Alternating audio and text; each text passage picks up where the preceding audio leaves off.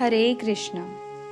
भगवद गीता अध्याय 1 अर्जुन विषाद योग श्लोक 16, 17, 18.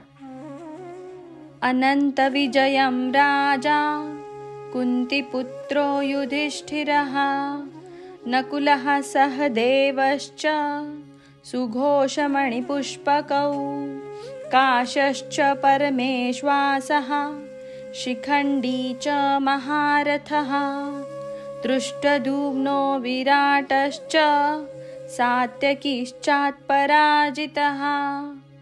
द्रुपदो द्रौपदेयाश्च सर्वशः पृथिवीपते सौभद्राश्च महाबाहु शंखान् दद्मु पृथक् पृथक्. अनंत विजय नामक शंख. राजा कुंतीपुत्रः कौन्तेय युधिष्ठिरः युधिष्ठिर नकुलः नकुल सहदेवः सहदेव च आणि सुघोष मणिपुष्पकौ सुघोष आणि मणिपुष्पक नामक शंख काश्यः काशीचा राजा च आणि परम ईशु आसः श्रेष्ठ धनुर्धारी शिखंडी च सुद्धा महारथः सहस्त्र सैनिकांशी एकटाच लढू शकणारा दृष्टद्युम्न राजा द्रुपदाचा पुत्र विराट या राजाने पांडवांना अज्ञातवासाच्या वेळी आश्रय दिला होता. च सुद्धा सात्यकी म्हणजेच भगवान श्रीकृष्णांचा सारथी युयुधान. च आणि अपराजितः ज्याच्यावर कुणीच विजय प्राप्त करू शकत नाही द्रुपदः पांचाल देशाचा राजा द्रुपद द्रौपदेयः द्रौपदीचे पुत्र. च सुद्धा सर्वशः सर्वजण पृथिवीपते हे राजन सौभद्रः सुभद्रा पुत्र अभिमन्यू. च सुद्धा महाबाहुः विशाल भुजा असलेला शंख दद्मु वाजविले पृथक वेगवेगळे.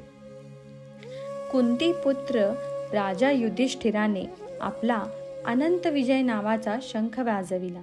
त्यानंतर नकुल आणि सहदेव यांनी सुघोष आणि मणिपुष्पक नामक शंख वाजविले. हे राजन महाधनुर्धर काशी नरेश श्रेष्ठ योद्धा शिखंडी दृष्टद्युम्न विराट अपराजित सात्यकी द्रुपद द्रौपदीचे पुत्र आणि सुभद्रेचा महाबाहू पुत्र आणि इतरांनी आपापले शंख वाजविले.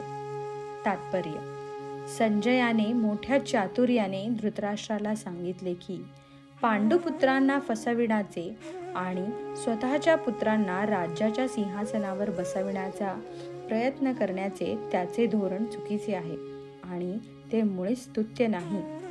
पूर्वलक्षणांवरून तर संपूर्ण कुरुवंश या महायुद्धामध्ये मारला जाईल हे स्पष्ट कळून आले आहे. पितामह भीष्मांपासून ते अभिमन्यू सारख्या नातवंडांपर्यंत तसेच जगातील इतर सर्व राज्यांचे राजे जे कोणी त्या ठिकाणी उपस्थित होते त्या सर्वांचा विनाश निश्चित होता. राजा धृतराष्ट्रामुळेच ही आपत्ती कोसळली होती, कारण त्याने आपल्या मुलांनी स्वीकारलेल्या धोरणाला उत्तेजन दिले होते. हरे कृष्ण.